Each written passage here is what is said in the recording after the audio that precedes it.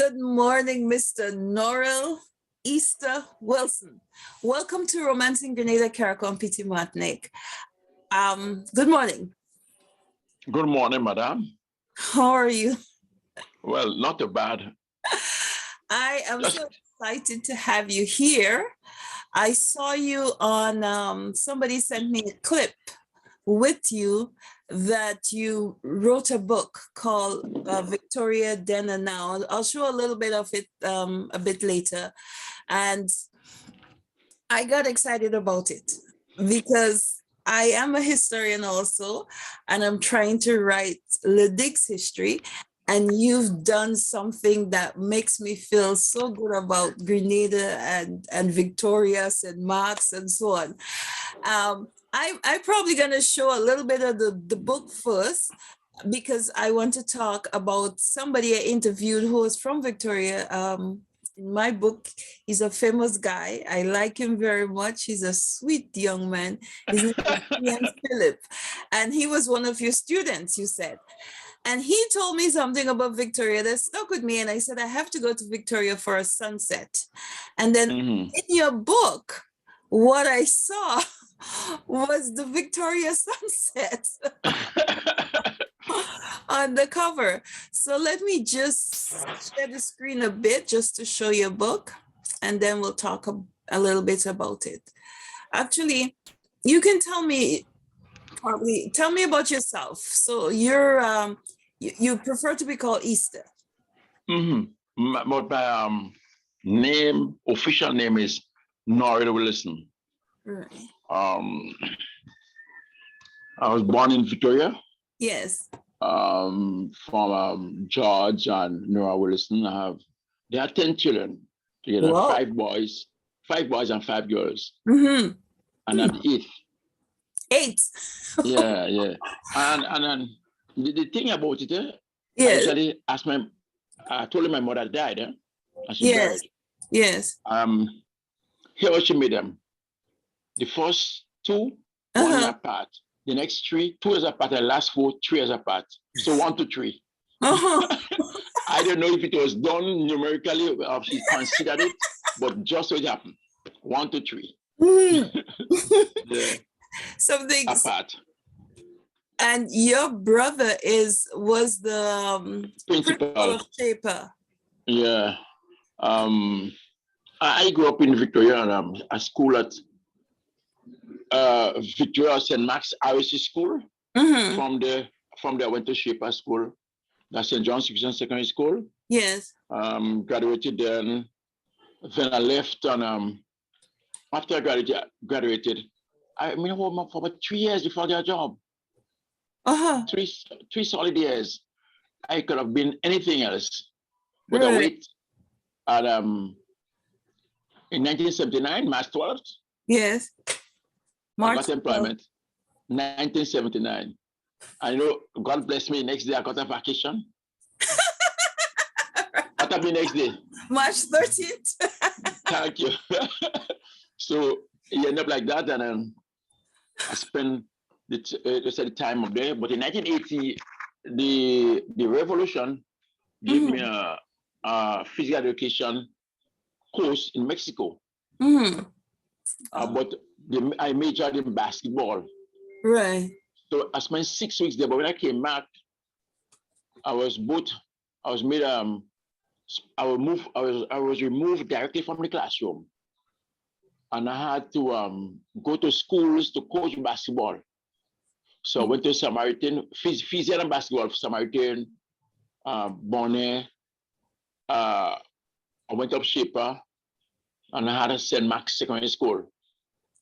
And I did all this, and then when the revolution fell in 1983, then in 1980, and then the St. Mark's was a junior sec at the time. Then it became a secondary school in 1984. I was transferred back from the Ministry of Sports back to the classroom.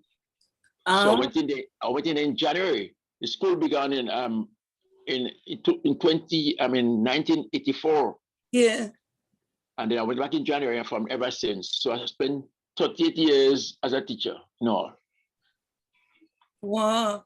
And my main task of there was coaching and social studies was my line. So I studied and history and coaching basketball and football until later on.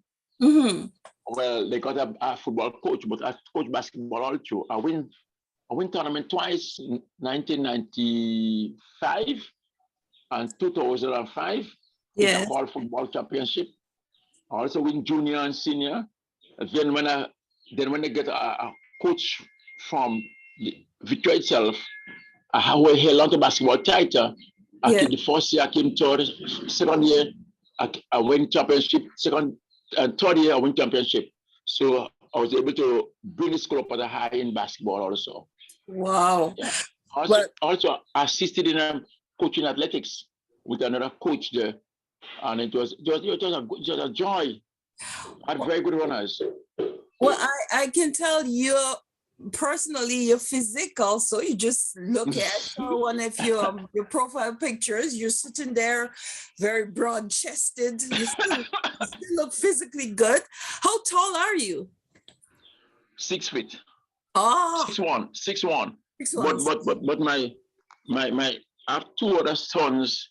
One is 6'5" and 6'3". Yeah, so they're up your there. senior must be very tall. So it's I got 4 children. 4 children. But all boys? One girl. 1 girl and 3 boys. 3 boys. Congratulations. The girl is the second, and the 3 boys, and a boy first, a girl, and 2 boys. Oh, Miss, the Wilsons will continue the legacy. But I'm happy. And I have the book here, and I'm sharing the screen because of the sunset. Because I think it's a blazing sunset, isn't it? It's a blazing sunset. And Liam told me that Victoria is called the city of the sunset. Yeah, Sunset City. Sunset City. So there is this great sunset. And I mean, you're a man after my heart that you made. Thank you. You captured that. It's beautiful. It's very beautiful. I'm going to stop sharing for now, and then we'll go back. But thank you. Before we get to talking more about the book, you and I had a little chat before we did this program. So you told me a lot of interesting things. You and I are connoisseurs of history, but you told me you got your love for this from your mom. And there's a dedication in the book to your mom. I'm going to share it a little bit later. So maybe you tell me something about mom. My mother has come from a family of 8. And her mother come from a family of 8. Right. She was born in 1888. Ooh. My grandmother. Yes. So my mother,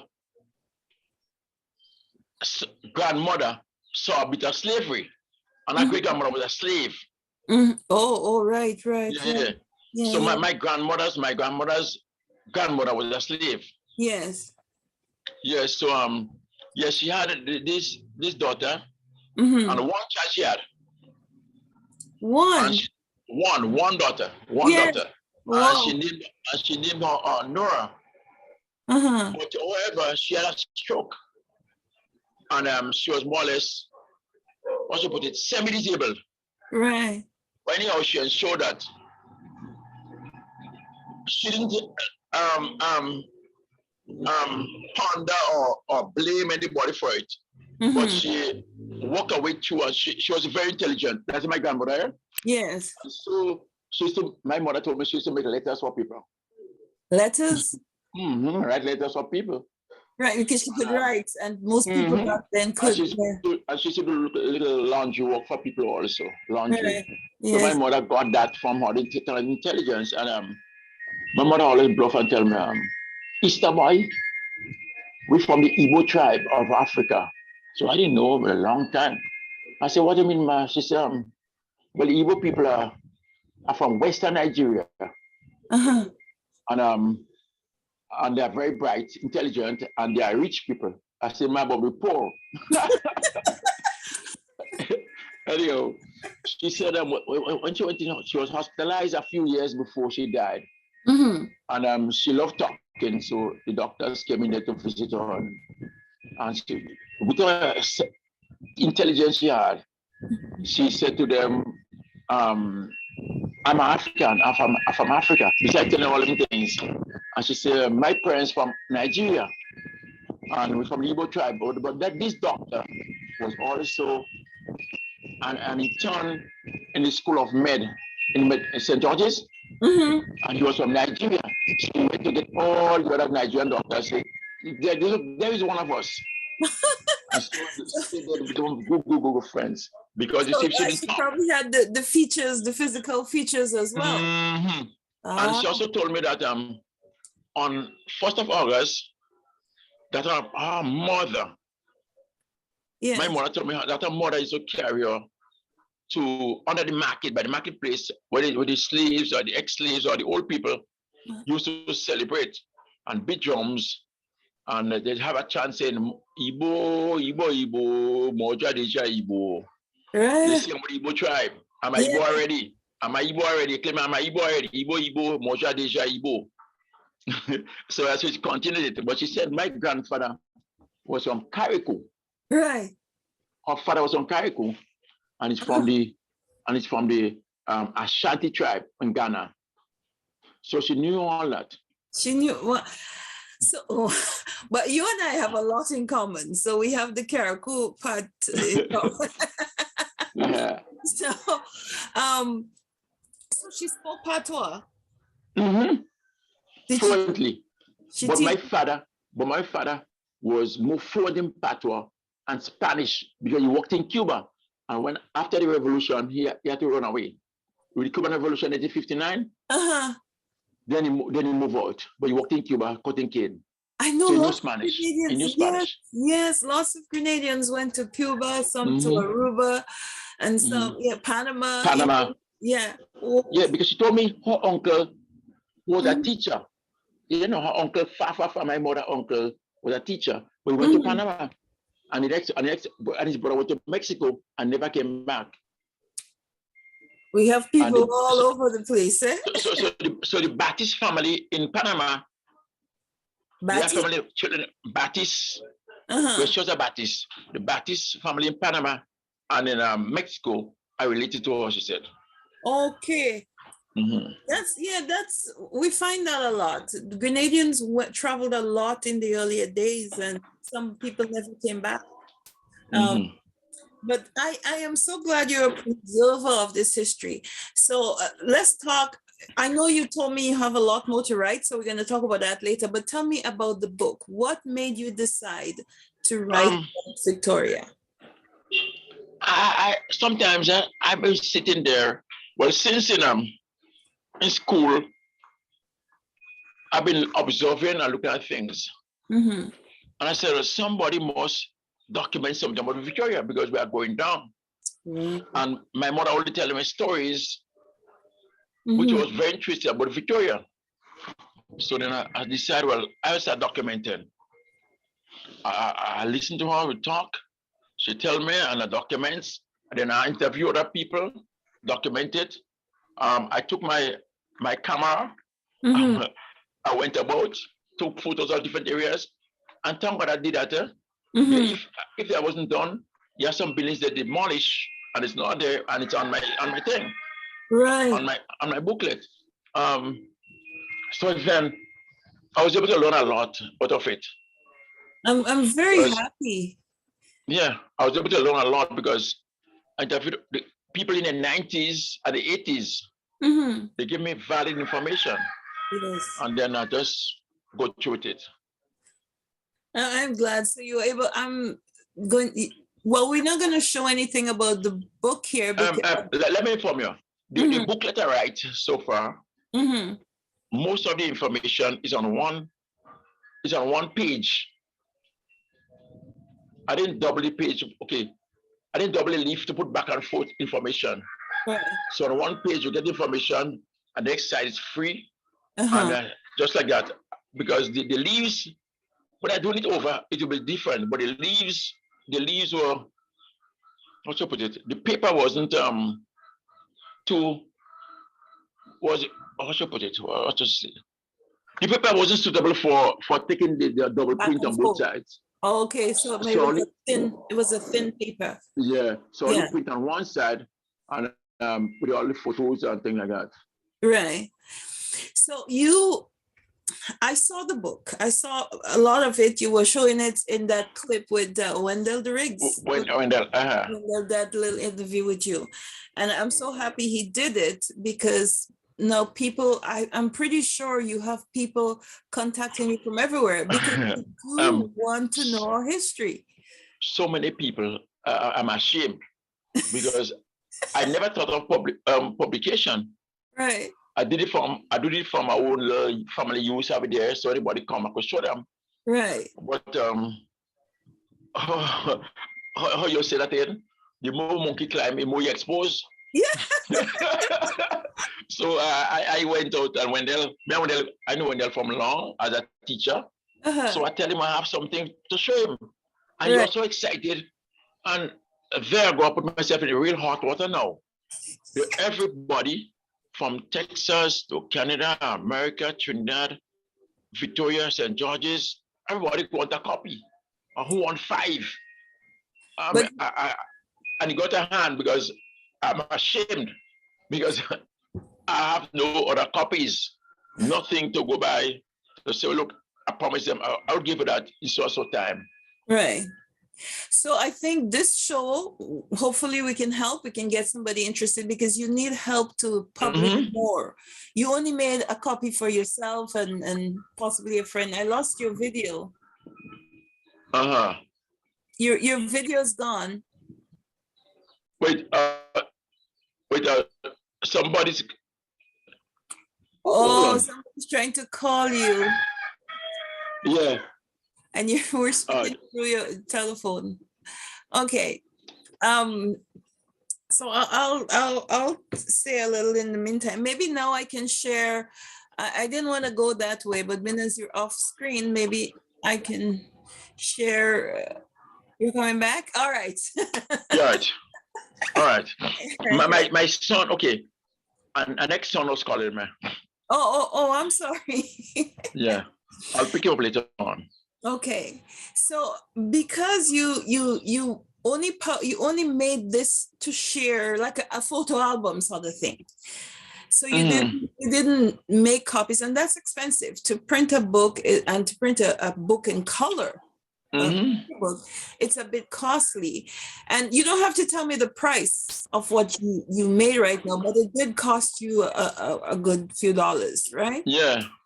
So we need people to help. We need people to help you publish this book. I don't know if you want to, I'll figure out how we can get people to get in contact with you. I'm going to help you do some research too and see if I can help you find some money to publish this book so people can have them. Because behind me here, these are all books of Grenada. This is Grenada, and you can see I have telephone books from Grenada. I collect telephone books because one of my projects is the history of Grenadian last names, and I collect history books. Higher up, I have just Caribbean history. I have 3 bookshelves here, and they have different things, but Grenada has the whole by itself. Okay. So history is my passion. And I can tell it's your passion too. Glad you took those pictures because I had a similar situation. I took pictures of Ledig estate and so on, not knowing the estate was going to be sold and kind of torn apart. Yeah. Most of the pictures I took, though, I've lost in digital. Oh boy. Or something, but I still have a few, and it's a cherished few. So I'm glad you have them there. And as you know, most of us sometimes when we're at home inside, we don't see the value of what we have. And you're doing this on your veranda, so all the songs of nature. Yeah, you hear a little charming bell out there. You might hear the fowls, you might hear the dog barking just now. I heard the duck. If it looks sounds like ducks or chickens or Yeah, chickens out in the yard. Yeah. okay. Let you enjoy Victoria. Yes. I will enjoy Victoria. And it looks like a nice bright morning day. So where in Victoria do you live? You live on a hill or? No, on Diamond Street. Oh, you're in the main. I'm right in the heart of the battle. In the heart of tongue. Right in the heart of right. Just when okay, you know Victoria? A little, not very much. Okay, you know the police station Yes. and the Northwick Pool. Yes. Well, that road coming between there. That's Diamond Street. That's Diamond Street. Okay. A little straight up the Diamond Street estate. Okay. I came in 2019. As a kid, we used to go to church in Victoria. We had a baptism there once. And let me just share this now. You're a Seventh-day Adventist and so am I. So, I know. You told me that. Yes. So good to hear. Yes, welcome, brother. So we came there. My dad got baptized in Victoria. And at that time, I think a priest or something died. So I always had a kind of sad memory of Victoria. And in 2019, I decided I should go see what Victoria looked like. So I took a bus.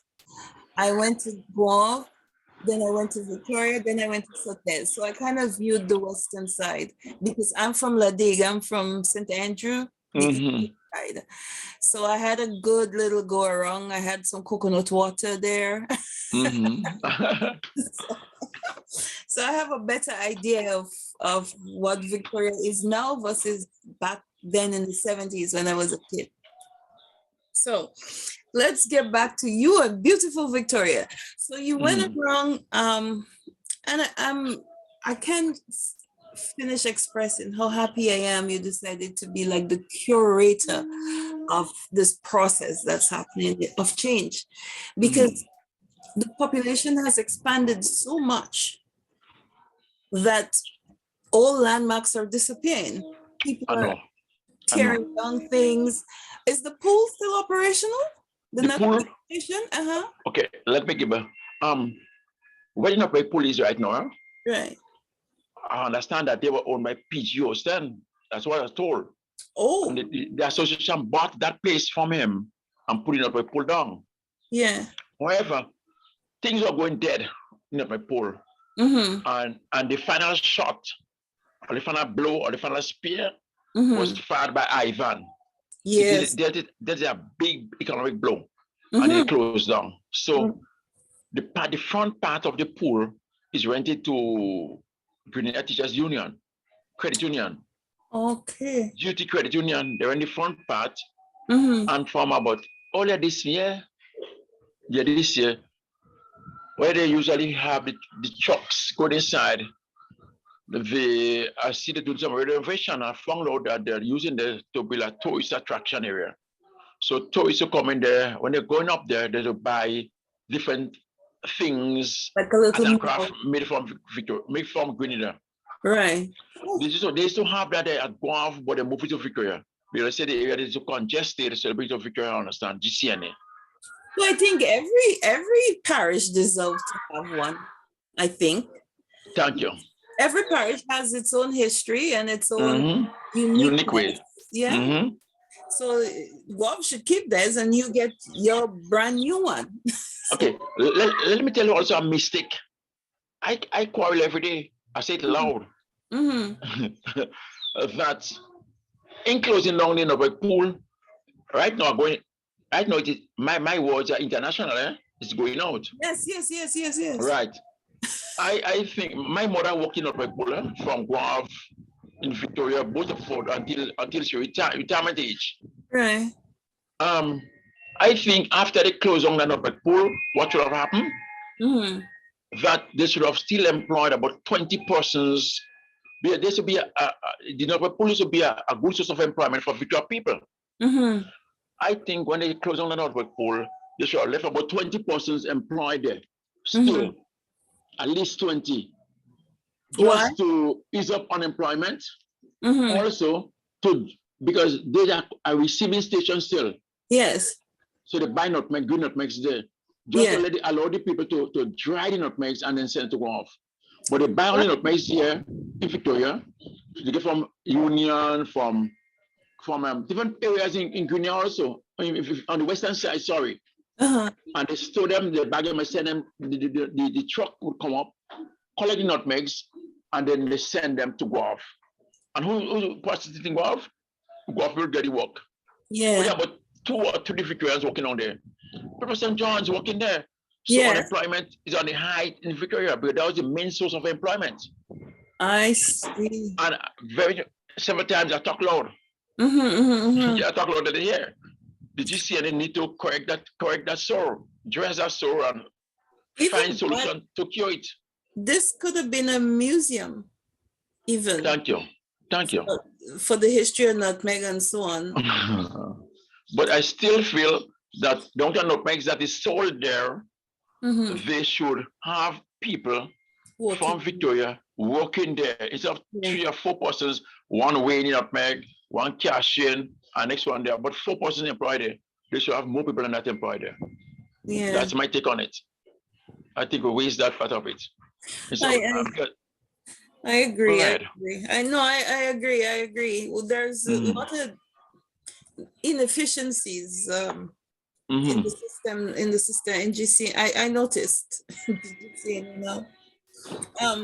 So I am sorry about the situation in Victoria. I hear things about Victoria, but I'm glad Victoria people seem very spirited, and you still going about the business, making entries and curating the historical aspect of the place.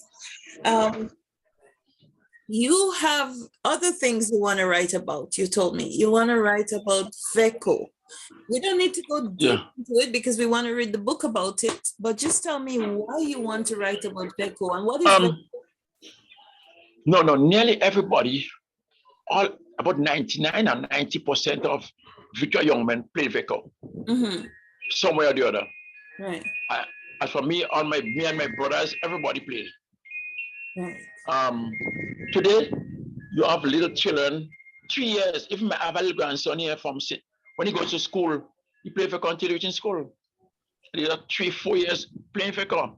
You can't stop him from that. So it's part of the culture, part of the blood.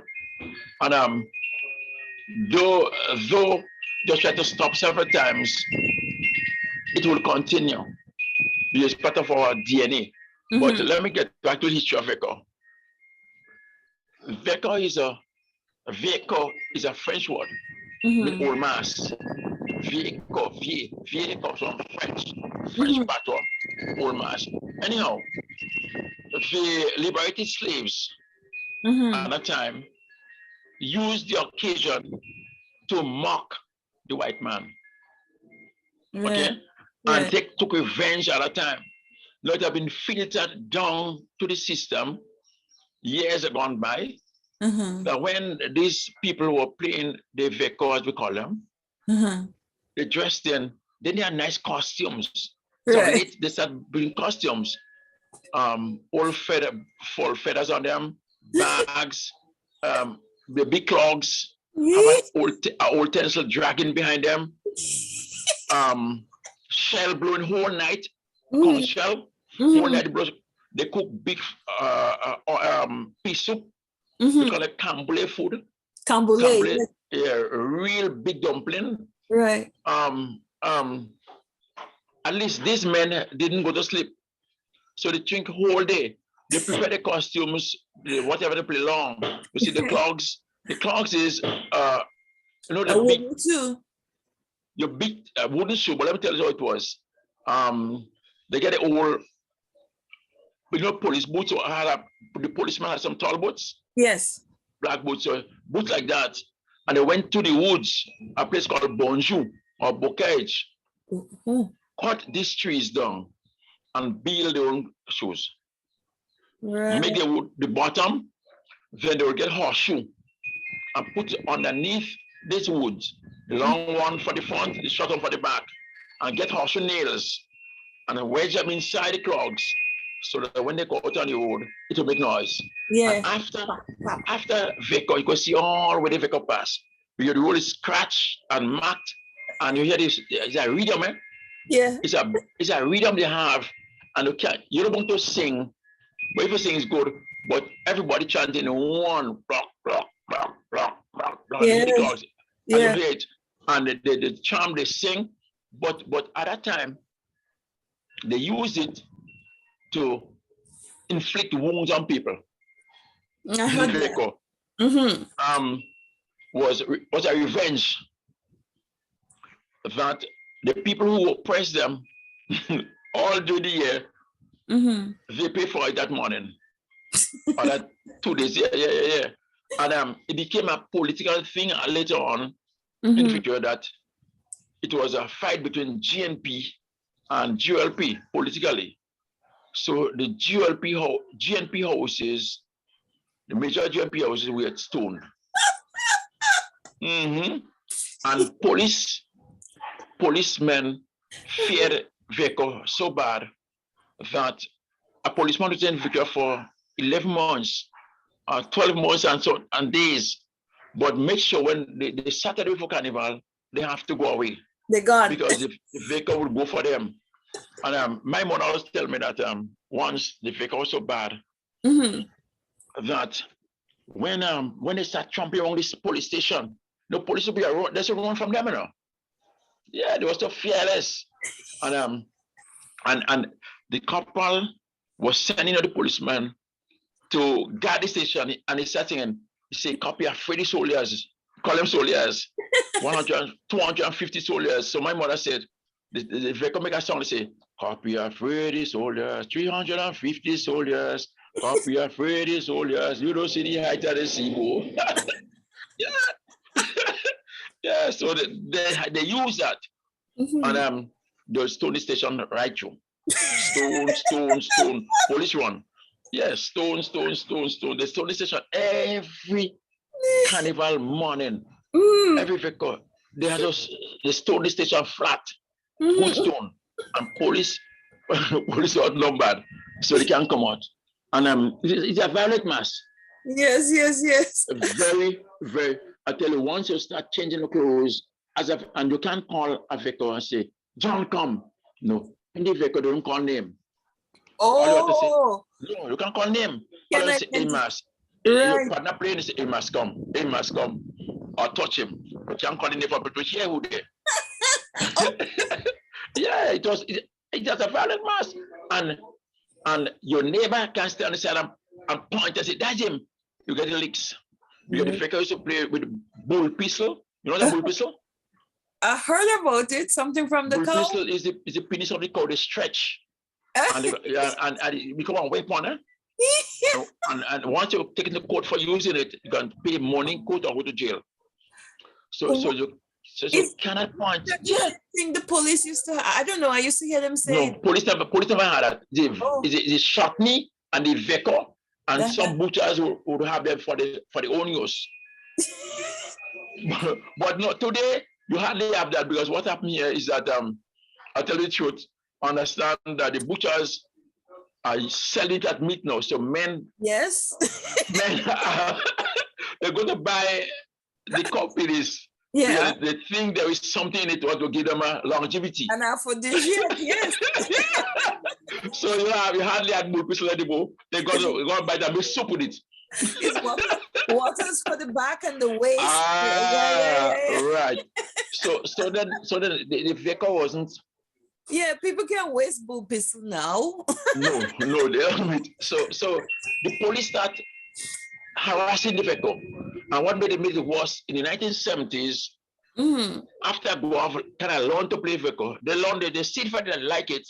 They took a whole bunch of vehicle and went into St. George's, and the riot started. So from ever since, there was a kind of cut off from Victoria and Guav. Victoria being police and the government, and vehicle, no vehicle, no massive face, no vehicle. But right now, there are people to play vehicle shortening. Minister called the government.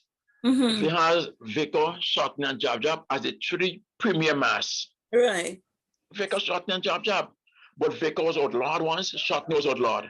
These two mass. Even Gary time, Jab Yeah. Jab was outlawed. Jab Yeah, Jab. yeah. So now they're praising them, the government praising them, the country having them at top. So everybody play Jab Jab, everybody will fake, everybody will shot now. We But are a mass. Yeah. it's the reclaiming of our culture. We're in that Yeah. stage where we're reclaiming the things we've lost.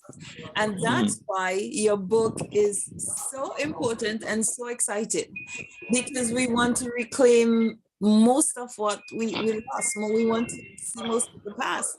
And I find, like in our family, for example, we spend hours and hours just looking at old albums. Thank you. We try to identify places. My hobby is trying to identify the mountains in Grenada. I would see somebody put up a picture and I'd try to see where they are based on the mountain. I can see the back of the picture or something. And you in St. Mark's have the advantage of us all because at the back you got the picturesque highest mountain in the island. Okay, let me tell you something about Victoria. Victoria is in a valley, a very fertile valley. Yes. To the west, we have the mountain range, and blessed over this mountain Catherine, the peak. On the northern side, we have a ridge. Yes. And on the southern side, we have another ridge. So we're in a valley, and then we are well watered by rivers. And on the east, on the outside of it, there is the Caribbean Sea. Yes, with the where that So we are there. the sun goes down.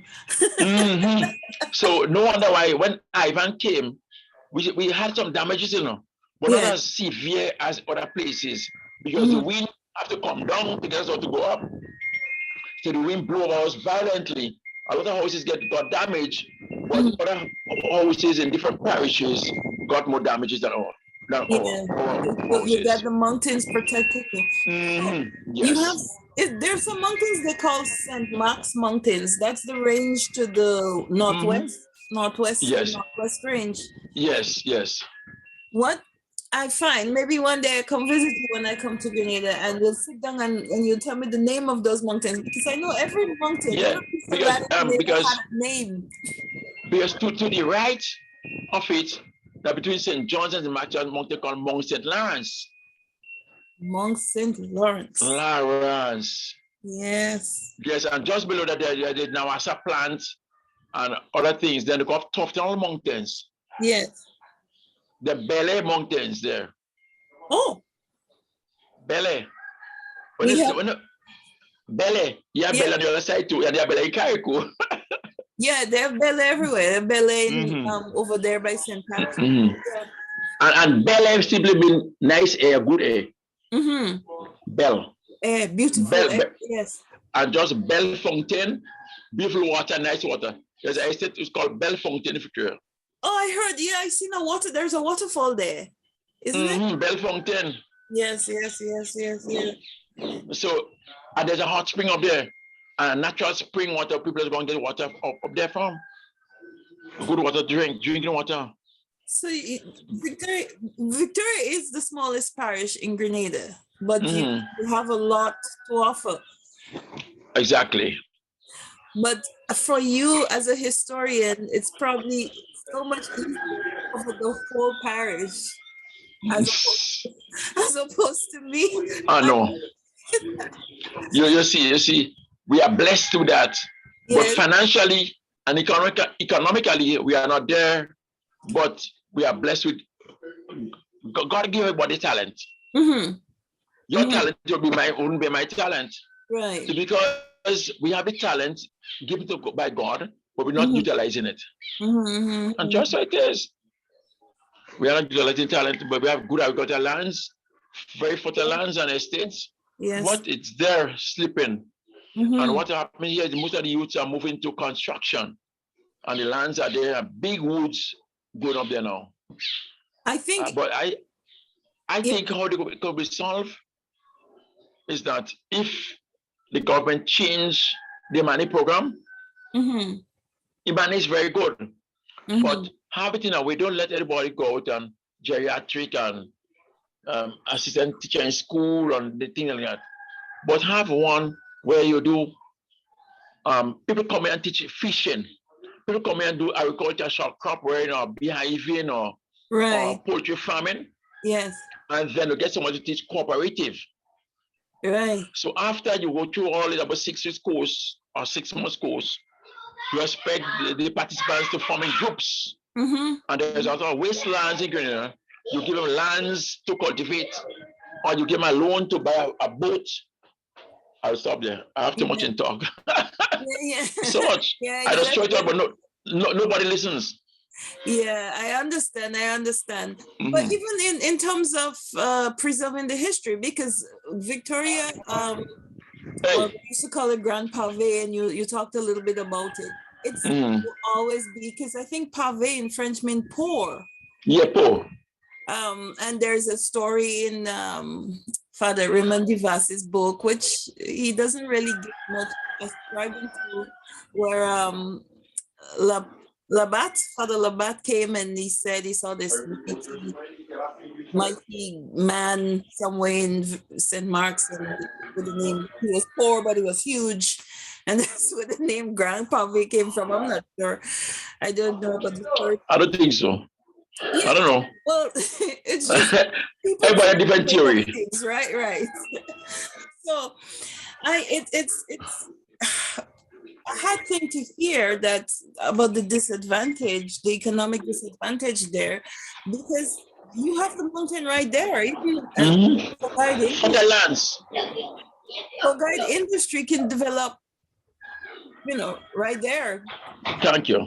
Yeah. You see, So, growing up as a boy, as I heard before, there were Belmont Estate, Bellefontaine Estate, mhm, Tufton Hall, mhm, Bocage, Mont Saint Lawrence, Bonnet, so many estates around.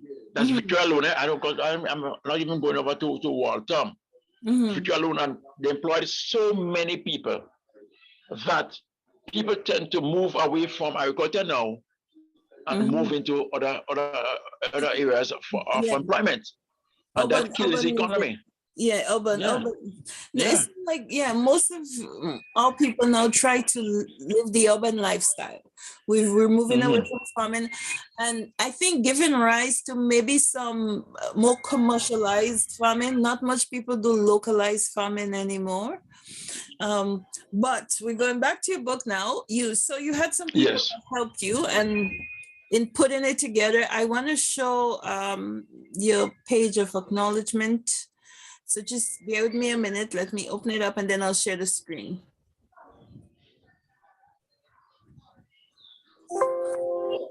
Sorry,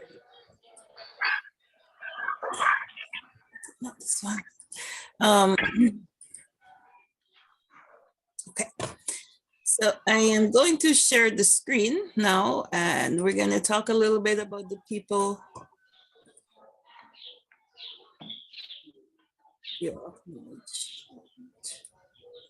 Oh,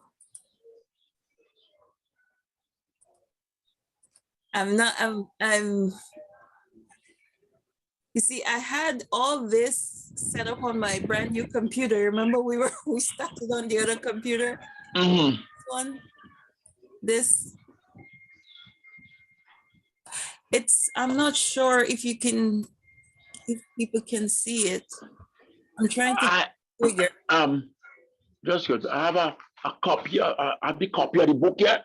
Yes, Let me get it. I can read. I can read it from my phone. I'll read Okay, what I okay, have okay, here. okay. Go ahead. This research on the tongue of Victoria then and now is dedicated to my mom, Mrs. Nora Wilson, nice name, a parent, disciplinarian, and an educator who provided relevant information for this research project. Acknowledgements. Number one, the researcher would like to give thanks to God for his mercies and guidance in collecting the relevant information to complete this research.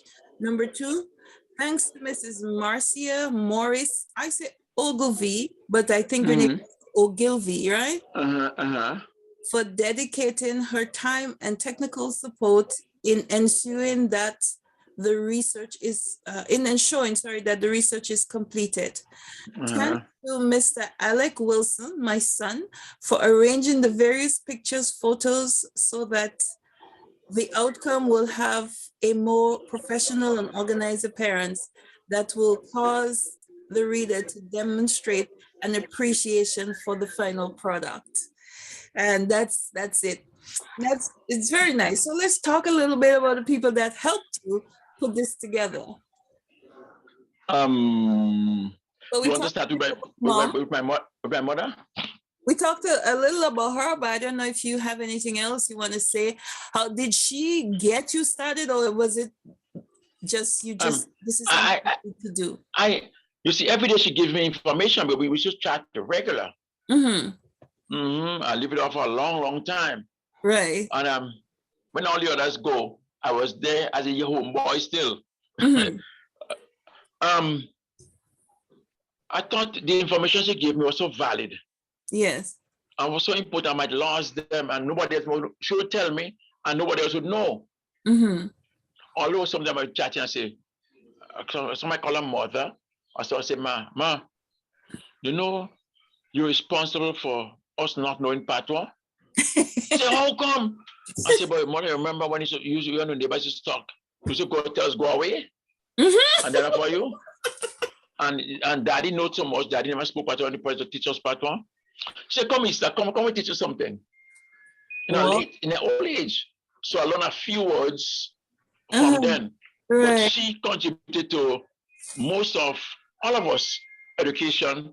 She wasn't a secondary school student, but she went to school up to 16 years. Primary school, bare feet, doing well. She said, Easter, you know what caused me? I was better than everybody, but what caused me not to go to a secondary school? My mother was poor. Yeah. And I am black. She said, all the other fair-skinned people was in class with me. Right. They're gone because they had color, as you said, and their parents had money, so I could have gone. Yeah. And that's it. But anyhow, she feels and showed she should tell us that we poor already, but education put us where we had to go. Yeah. And she ensured that everybody went to school. So she handed out information for me, and I'll ask her questions, and she'll tell me. Yeah. I'll get all the information, and then once she don't remember, I'll go to other people in the village, in the community, and ask them. And thank God for that. Do you have much people? Are there many people that are over 90 still in the neighborhood? Yes, in the area where I come out in the villa. I think my community in the villa now. I do a part of the book. Talk about the villa. That area, there is about 3 persons, 190, I tell you, my 98 this year. Yeah. Okay, 1999 this year. The other is 95, 96. Ooh. So there are 2 old people there still, and there's a gentleman there who is 86. He's strong. Right. The woman who I tell you is 95, 96. She walks up, she do farming on she plant potato. Right. She walks 3 miles from her home up to the mountain to Belly. Because her son is doing farming, she going to look for him. She walk up. He said he's surprised to see her the last time. Yeah. During COVID, she walk up there. And doing well. She's strong. I saw in the last funeral he had when a good friend of ours died about this year. We were in funeral together. Yeah. So she's doing well. So you still have people to support you, and then you have Miss Ogu. I see. Ogilvy. Ogilvy. She's a teacher at Bonnet Government School. Okay. A historian? No. What she did for me, when I gave her the information, she had typed them out for me at the beginning. And also, I'll help me run the few copies original, and then I could transfer it and help me do the necessary corrections on the booklet. She came in very handy. She worked very well. Okay. Well, I do look, and your son, Alec. Yeah, Alec is my last son. Is your last son? Is he a graphic artist, or he just have some knowledge and he helped? He made corrections. He put the pictures to suit on on the layout, pages. the layout. The layout, so you don't have to take up too much pages to do that. Right. And he also have to come in and make some correction in the original, so I could insert some more information on it. Right. He's a technical man. Right. Well, that's very good. You have a great team around you. So now you need financial support. You need people to help produce this and next book and your next book. You see, if I wasn't thinking about that, I could have made a preparation before. But so much pressure is brought upon me now. Everybody want a copy. So then I have to leave my comfort seat and move out in the sun. And please continue to document, because things changes every day. Every day we have changes going on. So if, I don't know, you have a way in which you want people to get in touch with you, in case they have some sort of help for you, or they have some information that can help you. You have an email or a Facebook account? Use my phone number, my WhatsApp number. You don't mind giving it out? 414-6259. And that's 473. So Grenada's 1473-414-6259. Okay. And an ex-student of mine in Canada, she said, Mr. Wilson, I'm very, very excited. And I love that. Anything you want, call on me. Right. I said, true. She said, yes. I said, I don't want to put any pressure on you. She said, no, I'll give it from my heart. Yes, I would like to do that too. And I hope we can reach out to some people, especially, I mean, Victoria people overseas particularly would love to have the history and to be able to show their kids. That's what I like. I like to be able to look back and show my children and my children's friend how things were, how they are now, and so on. Yeah. The book is appropriately named. Victoria. No. Then I know, yeah. No. You see, some people ask me, you talk about then, why no? So I said, look, I want people to use their imagination. After you see what it was before, use your imagination and see whether there's any changes in Victoria. So I give a little tax your brain somewhat. So what, Mr. Will, Easter right up Victoria then. I see all the things on that. Let me look and see if I see any changes. Right. So it's you to look at now. But give it then, look at now and see what it is. All you will see different, more concrete buildings. In truth and in fact, that Victoria has turned to a village instead of a town. Oh, really? Anybody want to do that? I could it's a village, because hardly any big businesses there. You just have lady credit unions coming in. There wasn't any banking in Victoria. The credit unions are coming in. Most of the people in Victoria work out of Victoria. Hardly any government businesses in Victoria. You have the post office, the corporation still, and the revenue office. And what again? You have the fish market. What else? There's no, you have a supermarket up there, a big supermarket. It's close to the Adventist church.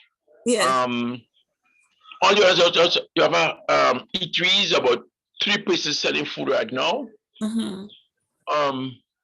But getting hardware, getting cloth, them kind of things, you have to travel out of Victoria. Oh, I see. Yeah. But before you can go say, here, until cloth to buy, the one store across by me, the one store up street, we call up street, that's way up in as you enter the Victoria from Sote side. There's your PGOSM places. There were 4 stores who sold cloth. 4 or 5, and there isn't anyone now. So I want a cloth you want to make a dress or pants or whatever. You have to leave the and PGOSM just sell material for building house, cement and whatnot. Yes, the business sells cement, but not bulk as all he sold them.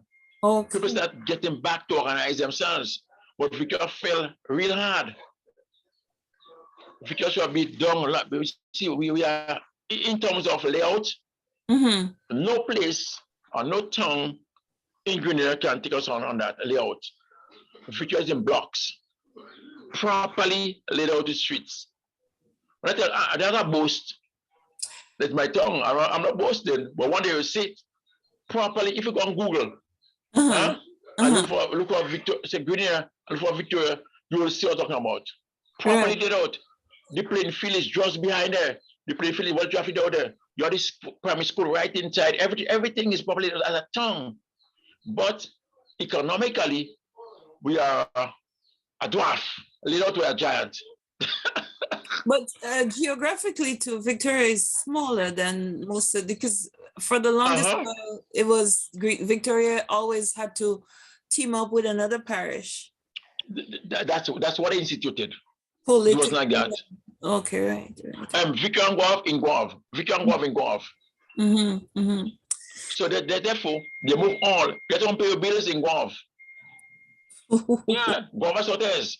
Yeah. So therefore, there was a jetty. What do you would say the population of St. Mark's? How many people are in St. Mark's? Well, St. Mark's recently I saw somewhere 6,000 or somewhere around there. Not much. Between 64. 64. Oh, okay. And so therefore it's maybe dwindling then. Yeah. The population's going down. I hope I'm correct. I hope I'm correct. I can't remember. I saw it written somewhere, but I can't remember now. Let me look and see what I have here. I have something about the population. I have all that research in the research, you know. Yeah.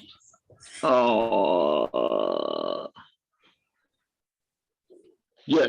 The parish of St. Mark's has a land area of 5,784 square acres or 9.4 square miles. Right? Census taken 2001 reveals that the parish of St. Mark's has a population of 4,664. So that could be one of the reasons why they think it's not big on anybody's list to develop the area or keep the area in but you label it as a town. Yes, it is. The other boats we have 5 towns.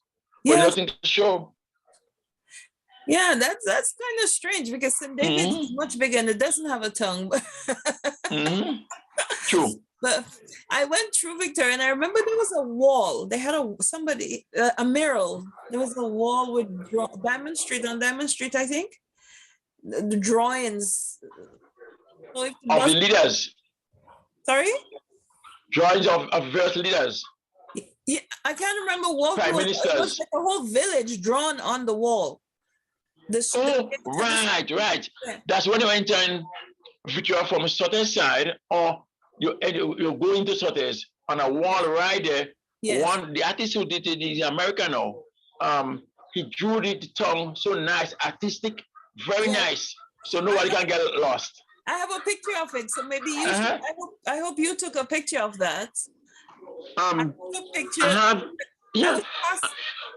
didn't take a picture, but I remember the drawing. I drew one also in my oh, you drew the layout. The layout, naming all the streets. Okay. Let me see. I'm supposed to have it here. I'll show it to you.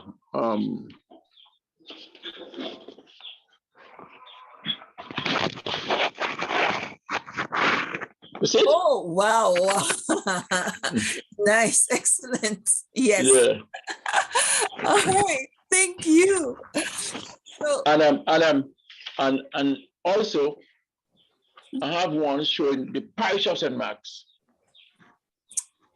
Oh, beautiful. The book is very inclusive. You've covered everything. And also have one showing the map of Grenada. And where? where the parish is located. Oh, right. Oh, you made It's, St. Andrew very big there. Looks nice. what is it? What's St. Andrew's a giant? The I bread know. basket, the bread basket of Grenada. Mm-hmm. So I think we're basically coming to the end. We had a very lovely chat. Is there anything else you'd like to say? I'm just gonna let people know your phone number again, but is there any few last words you wanted to say? Um, let me tell the public or the people that basically what I did here, Mhm. I used my own initiative to do it. Right. And I never thought it have reached so far. Mhm. I had the years just happy day and doing my thing. But Mhm. when Mr. Derriggs came to me, when the Derriggs, Mhm. he asked me to change that Right. and publicize that. Yeah.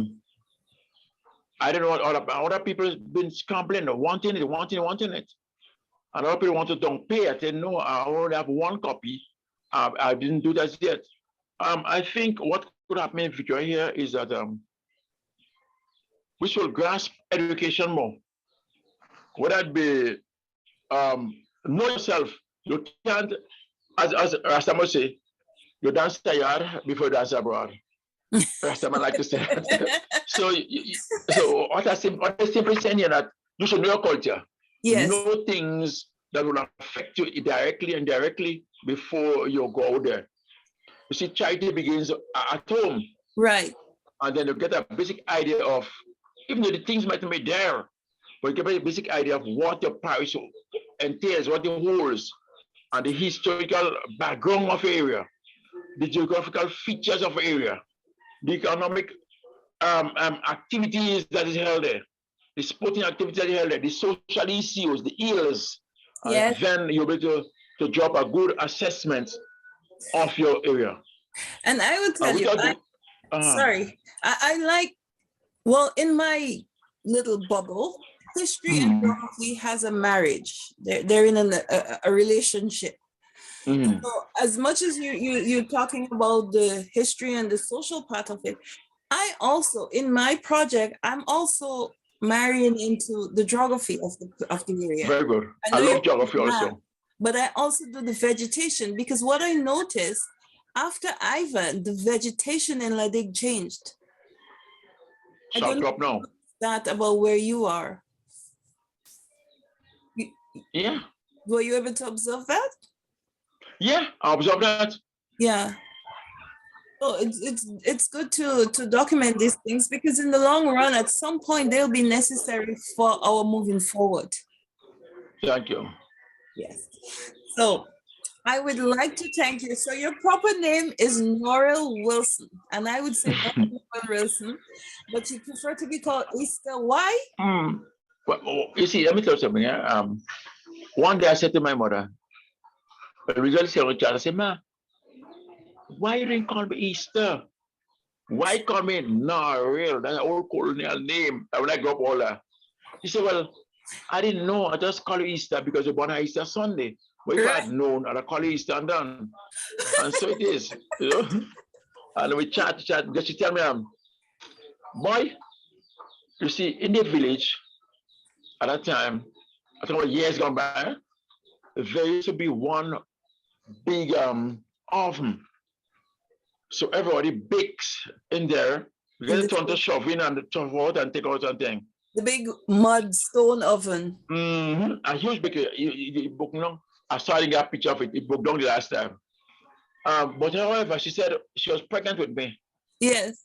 And just when she put in her bread in the oven, she feels that kicking up. turning. And when she went, then to go home, it was Easter Sunday morning, I'm born. Yeah. Oh. And she said to me, you're a nice baby, but you get so bad that your features change. She said, when the body was fair skin, because my father's fair skin was light in color, but you get bad. And she also said to me, Sister, you know, So I said to her, Ma, I remember that little boy, small. You always used to give me, you know, castor bush? Yes, You know about castor bush? of Very course. bitter. Yes, Right. things too. So I said, Ma, I remember I was crying. You used to give me castor bush. She said, Easter, you cry, but I didn't want to use, so all the other children helped me. The other bigger brothers helped me. They hold on my hands and feet and they give me castor. Every time I crying, castor oil straight. She said, tell me, you don't see you're big now, it does cause you to grow. Yeah. I said, well, give me all that castor oil. Yeah, castor oil. She said, well, I didn't know what was wrong with you. You're only crying. Oh, So I just go and buy in the bag, get some castor oil, I boil it, and I give it to you. and you go colicky. I have to ask Yeah. one question. Are there any Janet houses left in A Victoria? lot. You'll see one on my thing. Okay. Yeah, a lot. I'm saying I've seen one across, you know. Yeah. Reserve one for me. Keep one there for me at least. There are two by the church. Okay. Two Janet houses. My grandmother owned one also. There was a lot of Victoria now. There's one in the back by me here. Mm-hmm. But part of it has gone bad. Mm-hmm. So we changed it somewhat. And there are also in the picture, in the book, in 1945, Victoria flood. I should give an insight on that. Oh, really? live? Mm-hmm. The bridge that connects Victoria to Guelph at the southern end of Victoria. Yeah. That bridge is made wide now. But it will be a narrow bridge. And where, you know the basketball court in Victoria? The basketball court? I can't quite remember, but all right. There used to be houses. All a place called the Pine used to be houses also. Over there. And on the other side of the bridge used to be all they were own. There used to be the old toilet on the other side down there. So she said me, it's the rain fell that night. As if a cloud bus. Rain. Mm-hmm. And a big piece of wood came down and blocked the bridge. And all the water, you see, in the time now, there wasn't any wall separating the river from the plain field in Victoria. Right. It was a smooth area, one area, just jump across. Mm-hmm. So the water flowed back into Victoria at the end of the playing field there. Right. And it washed away the town on that side there. 14 lives were lost. Ooh. That night, 14. She said they saw a man in the house floating, and nobody could have save him. He had his basket up, and the house just went down in the bottom of the sea. Oh. Nobody could have save him. Yeah, that's why the bridge in Victoria is called Petrolina Ferguson Bridge. That woman did a heroic act that night. I heard she was pregnant. Yes. And because one child, and she swam out and saved a life. So she should be down. Her name will be down in Guinea handbook. Should be down there. Petrolina Ferguson. I'll take a look. Petrolina Ferguson. Yeah. And when St. Mark's Action Committee, St. Mark's Day Committee. No, she owned a shop, right? Because they gave her a house after the flood. So she had a house on the street that is known as Jubilee Street. Yes. Jubilee Street was given the name because of the silver jubilee of the Queen of England. Yes. Right. You taking my notes? I saw the thing you did with the rigs. Right. Yeah. So what happened here is that the street in front of her shop was known as Jubilee Street. So I asked the committee, let us do something to change that as part of the committee to change that name from Jubilee Street and call it Petrolina Ferguson Street. Right. It was never done. They had to go to bureaucracy to do that. It never changed. But a few years ago, the new bridge they built at Victoria, they call it Petrolina Ferguson Bridge. Right. I don't swallow that. So you prefer the street? No. The street where she lived should be called Petrolina Ferguson Street and take out Jubilee Street there. That's an old colonial era. And Remove it. that's over 200 years old. I think remove it. Yeah. Petunia Forson was a good. She owned a shop there, and she lived in one of the houses, the flood houses. In 1945, the government gave them houses, and the youth they built it for them, and it was in my booklet. I have a picture of one house, sister. One of the houses. The flood house. People still living in them. There was a lot of right where you see you saw the tongue drawn on the wall. That area they had a lot. They moved them from the quasi down there and put them on the top side of the tongue, and they had a lot of houses. Okay. But in the last some refurbished and some gone. Okay. And therefore, because of the flood washing out the quasi, they let the land just open like that. And the coconut trees grow there, and after the government put a basketball court there, and that's where today there is now a car wash center there. Okay. Yeah. Right. And people used to put out the gravels and sand around the area. Right. Yeah. To sell to trucks. Yeah. Brother Wilson. Many thanks to you. I will say again, if you're looking to get help with publishing this or republishing this book, because you only made a copy for yourself, and it's a bit costly, and we would like people to help. Your name again is Norril Easter is your name, Wilson. You're from Victoria, St. Mark.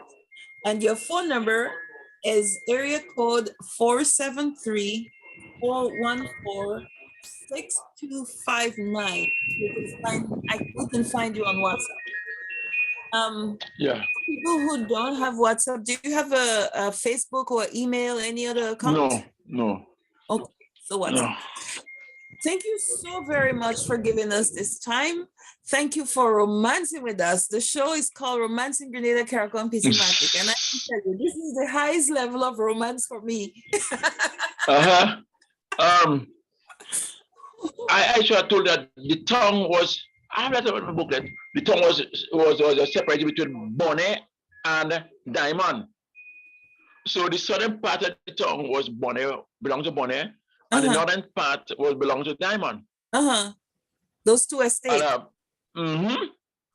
Yeah. So all there was cane. At least a few years ago, I obtained a old map of the tongue, but I didn't put it in the book. I have one. I'll share it one day. Yeah. When you're ready, I'll share it with you. I have. I'll share something with you too. My mother. My sister was looking to, when she came the last time, she was looking at some things for my mother. And she found my mother in a limited ability, academic ability, had a family tree drawn out, and all our children named down, the age, what and thing, all uncles. Yeah. I'll send it for you. Right. As soon as. Traditionally, so that was like the what you would find in the Bible. You remember in the Bible they used to write the family there. Those old Bibles used to have. Yes. Only Thursday, my sister sent for me. I was so surprised. She said they had a copy for me after, because she had the paper was so feeble. She gave her daughter to do it over, and therefore she'll post it for me. Okay. A better copy. Yes. Thank you very much. And to the audience out there, thank you for Romancing Grenada, Carriacou, Patois with us today with Mr. Easter Wilson. And his book is called Victoria Then and Now. It's a little piece of Grenada's history. He has many more projects he's going to continue doing. And we hope to support him. Please help him, reach out to him. His phone number again, 473-414-6259. And from me here at Romancing Grenada, Carriacou, Patois, and Patois, I'd like to say thank you very much, and thank you for being with us today. And please share, like, and subscribe. Have a great day, Brother Wilson. Have a great day. Bye-bye. Have a blessed and productive day too. Thank you as well. All Bye-bye. right. Bye bye. Bye-bye.